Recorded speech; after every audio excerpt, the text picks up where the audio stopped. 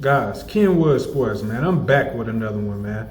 Back with another video for y'all, man. Right now, I'm about to talk about the top of the NFC. The top of the NFC conference, man. Because the two teams that I thought would be at the top of the conference, it looked like they may not be the two teams that I predicted, okay? All right, but before I get into it, you already know I got the best sports channel on YouTube. If you haven't subscribed, go ahead and subscribe. Leave me a comment. Let me know what you think and like the video if you're watching the video. Also, hit that notification bell, okay? All right, man. Listen, the main team that I thought that was going to be at the top of the NFC, which has been at the top of the NFC for the last few years, is the San Francisco 49ers. Now, they done lost Dre Greenlaw, Hufanga, the safety from up top, okay, on the defense. But Dre Greenlaw was a big one, even though they still had a lot of other guys like Bosa. And Bosa wasn't there this week. Fred Warner, I think he hadn't missed a game. But on the offensive side, they had a whole slew of injuries, like Christian McCaffrey. Then they had Ayuk, who went out for the year. Debo only missed one game. Kittle, I think he missed at least a game. Purdy missed a game this week. It's just been injury after injury after injury for this team. So this is one of the reasons why I believe this team not up there this year, okay? The other team that I thought that was going to be up there, that still got an opportunity to be up there, is Green Bay. They sitting at 8-3, I believe, right now. And it's crazy because the two games that Jordan Love missed, they actually won with Malik Willis. Malik Willis actually came in and won two games, one against the Colts and one against the Tennessee Titans. Jordan Love came back immediately after that game, those two games against Minnesota, a divisional game, and lost 31-29. But they was getting beat just about that entire game. It was the score is not is really not showing how bad that game was for Green Bay Packers. They lost to the Lions 24-14. It was a winnable game, but it came down to a lot of coaching, a lot of in-game decisions, and converting on third downs. So the top two teams right now are the Lions and the Philadelphia Eagles, man.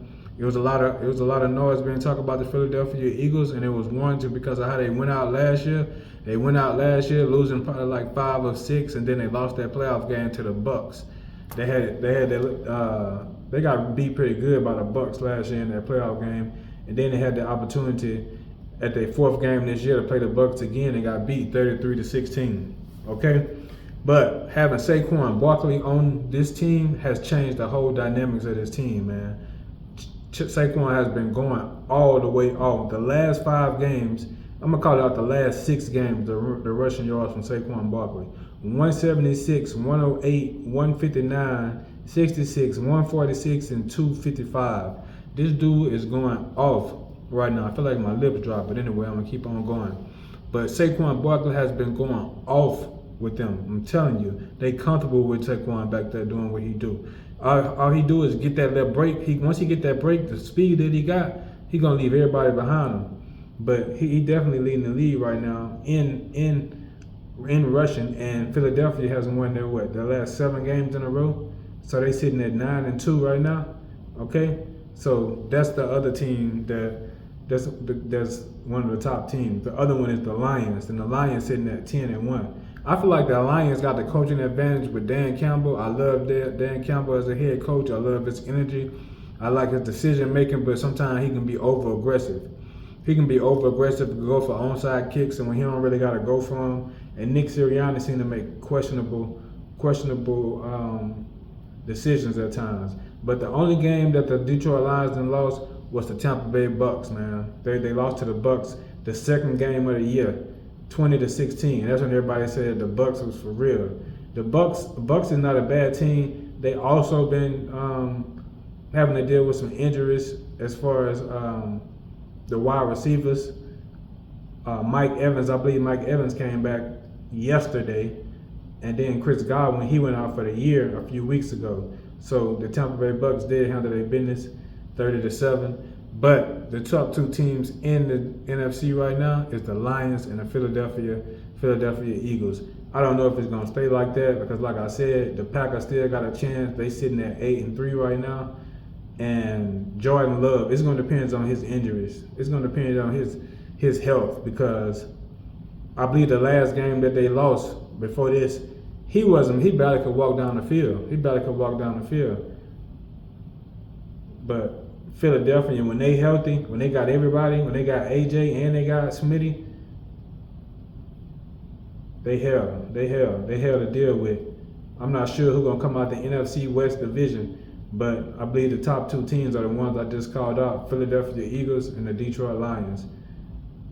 We'll see though, because Minnesota is also a 9-2 team, but in my eyes, I feel like I could trust Philadelphia and the Lions more than I can trust the Minnesota Vikings. Even though I like this Minnesota Vikings team, I done said that multiple times. All right, but it is what it is, man. Let me know who y'all think the top two teams are in the NFC. I had to think about that because I would like to see them two teams play. They're not on each other's schedule. And Philadelphia, to be honest, bro, I'm gonna be honest with y'all, no hating or nothing like that. The last 6 games that Philadelphia they played, only one team got a winning record, and that was Washington. They beat Cleveland, they beat New York, they beat Cincinnati, they beat Jacksonville, they beat Dallas, and then they just beat the Rams, which I thought the Rams was going to be a better competition than that, but Saquon just ran all over them dudes, man. He ran all over them. I keep licking my lip because they feel dry.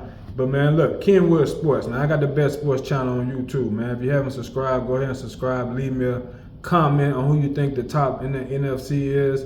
And also, go ahead and hit the notification bell and like the video. All right? I'll get back with you on the next one.